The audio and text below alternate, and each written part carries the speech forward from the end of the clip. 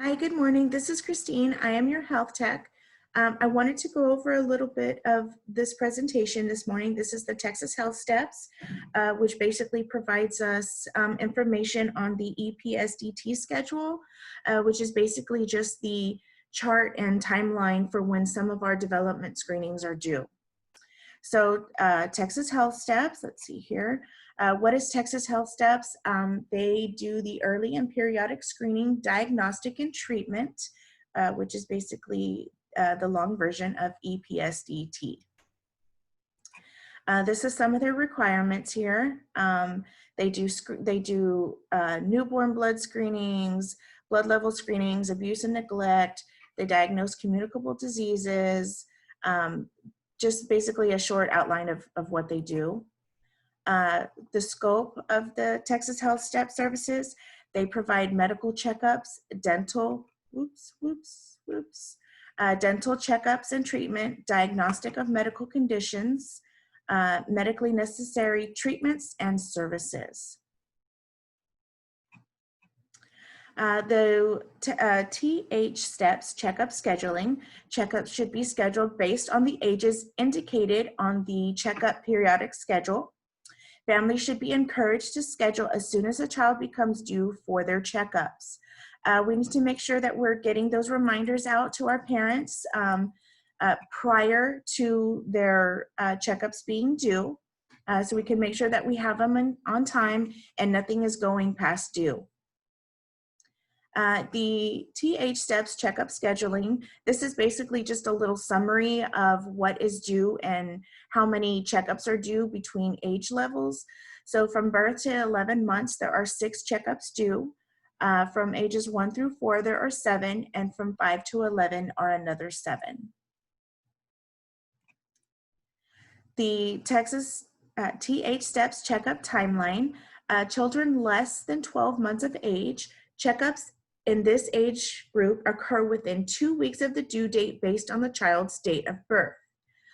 Children 12 months of age or older should have a yearly checkup as soon as they become due. And let's see here. So medical checkup requirements. These are federally mandated components, comprehensive health and development screenings, comprehensive unclosed physical examination, immunizations, laboratory screenings, health education, and anticipatory guidance. The state requirements, dental referrals every 6 months until dental home is established. And we have a comprehensive health history. They do the nutritional screening, developmental surveillance and screenings, mental health screenings, and TB test.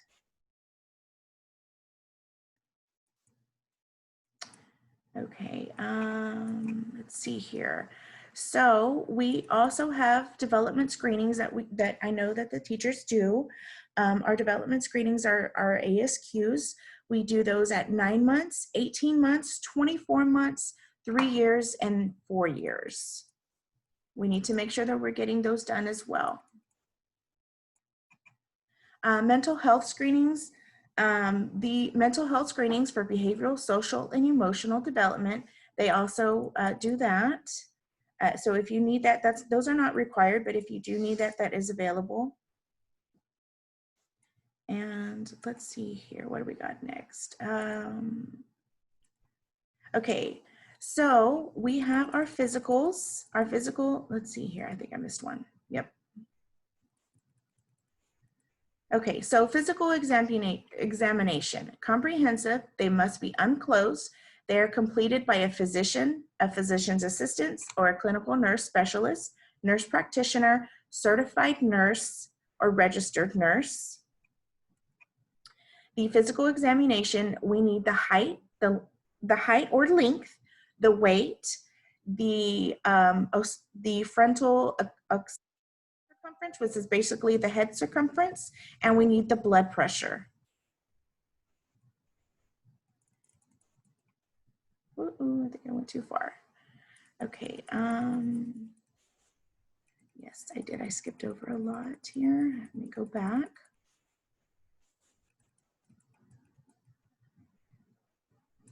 Okay, let me see here. Sorry, guys. Okay, so our physical examination, there are sensory screenings. They do vision, and they also do the hearing.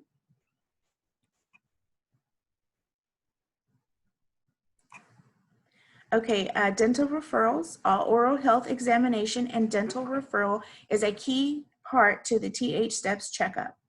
Routine dental, beginning at 6 months of age, and let's see, beginning at 6 months of age until dental home has been established. Referral for dental care at any age if the oral exam identifies a possible concern.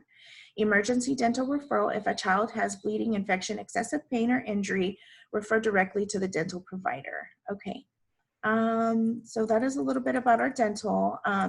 Immunizations here. Each medical checkup assesses immunization status, so they're going to see if you're up to date on all your immunizations. They will update them as necessary, unless there is some kind of exemption due on the parent's religious belief.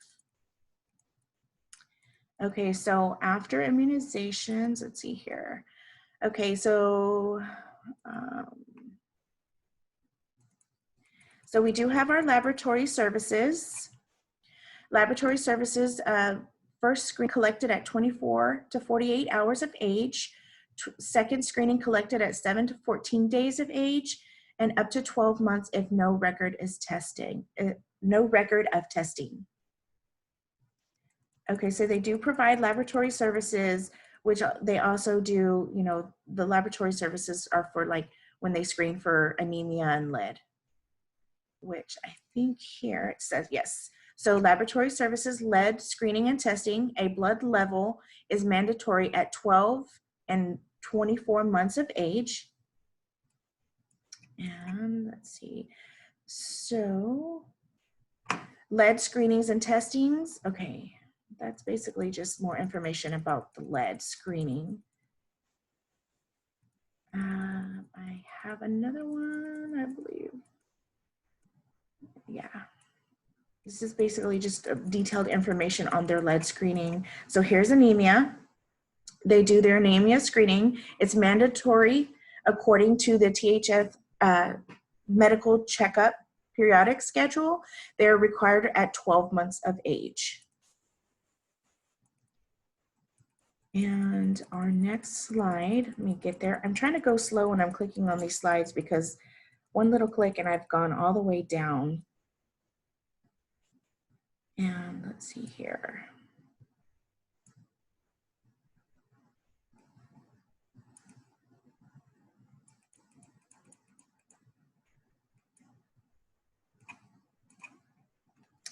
Okay, so this kind of goes, it's kind of out of order a little bit, but this goes back to our physicals.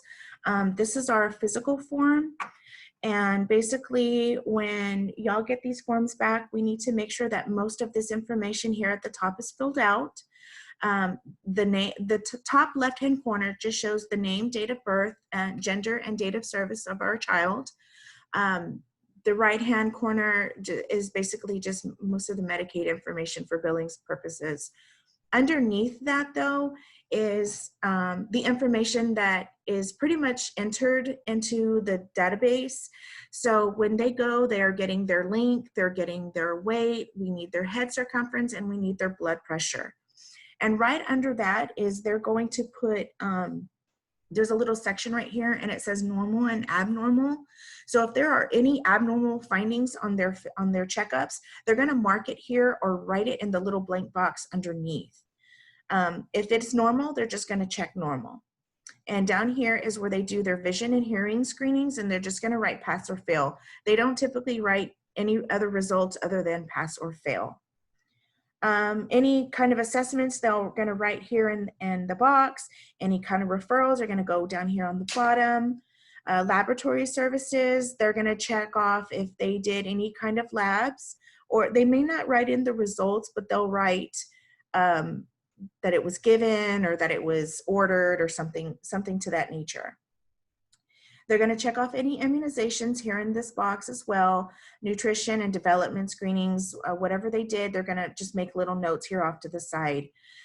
Whenever we are getting our physicals back, we need to make sure that most of this, a majority of this, depending on their age, is filled out properly. It'll tell you here on the side that this is a 12-month checkup. So depending on what they need at 12 months, we need to make sure that that is, you know, filled in. I get a lot of physicals back that have like basic information, just like name, and sometimes I don't even have date of birth on there, which makes it kind of hard sometimes when I'm trying to look it up, because sometimes we have kids with same name. So we need to make sure that a lot of that is filled out properly. Okay, let's see here. What is this one? Okay, nope, that doesn't have anything to do with this. Okay, I think I'm getting pretty much close to the end of this presentation. I'm going to pull up the chart, but I just want to scroll through this and make sure that I'm not missing anything or leaving anything out. I thought I had a dental form on here, but I don't see it at this very moment. Okay, so I'm just going to go ahead and skip on over to the table, to the chart. So this is our chart. It's kind of blurry because I think it's kind of small, but I think once, if you need it, I can email it to me. I can email it to you and you can see it a little bit better once it's printed. But basically just the top, it just shows you your development services, your mental, your measurements, your vision, your hearing, and then it kind of just breaks it down. So here on the left-hand side, if you can see, it goes down, it'll show you newborn, and it'll show you, I can barely see it, but it says, I think it says DC to 5 days, 2 weeks, and then here's our months. And then if you go down to the little section down here and it says years, we only go up to 5 years, but it'll show you when your nutritional screening is due, when your ASQs are due per age. So it just kind of goes across and gives you a guideline to show you on what's due and when. So this is a good little thing to keep on hand. And like I said, if you need a copy of this, I will gladly email it to you. And this is the newest version that I could find. Oops, here we go. This is the newest version that I can find.